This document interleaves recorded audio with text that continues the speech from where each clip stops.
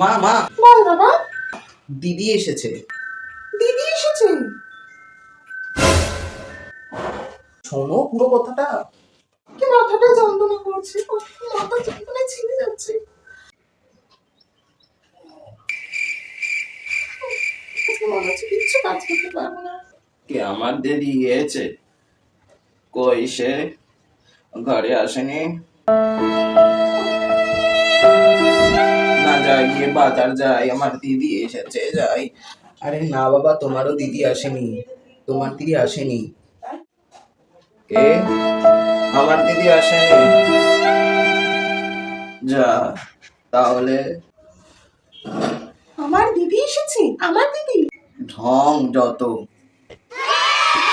আমার দিদি এসেছে? এই তো তোমার শরীর খারাপ ছিল, কি হলো আবার? না না, কিছু হয়নি, একটু মাথাটা ঘুরে গেছিল, আর কিচ্ছু হয়নি, আমি এখন পুরো সুস্থ। আমি যাই গিয়ে, আমার অনেক কাজ পড়ে আছে। ও,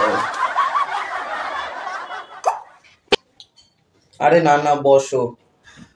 দিদি এসেছে। Yeah, boy. এ বাবু যা না, একটু বাজার যা, একটু বাজার যা, একটু বাজার করে নিয়ে আয়। একদম মানে বাড়িতে মাটন নেই, যা বাজার যা। আজকে বেশ ভালো করে মাটনের পোলাও বানাবো।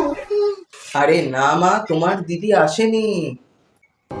কি বলছিস? আমার দিদিও আসেনি? তাহলে কে এসেছে? বাবা না, পুরো কথাটা তো শোনো। তোমাদের দিদি আসেনি, আমার দিদি এসছে ঘরে। ও, আমার মেয়ে এসছে, তো আগে বলবি তো সেটা। ও, আমার মেয়ে এসেছে, তো আগে বলবি তো তোমার মেয়ে এসেছে। তুই বলছিস দিদি এসেছে, আমি তো ভাবলাম ওর দিদি এসেছে। তুই বলবি তো তোর দিদি এসেছে। ওহ, যাই গিয়ে আমার মেয়ের জন্য বাজার করে আনি। তাহলে যা, কি বাজার করিয়ে নিয়ে আয়, 1 কিলো মাটন নিয়ে যা। তাহলে তোর দিদি আর তোর জামাই বাবুর জন্য আজকে বানাবো, যা।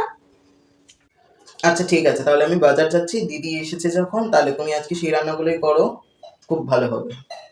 যাক, তাহলে আমাকে আর কোথাও যেতে হবে না, শান্তিতে একটু ঘরে কাজ করবো। যাই গিয়ে আমি।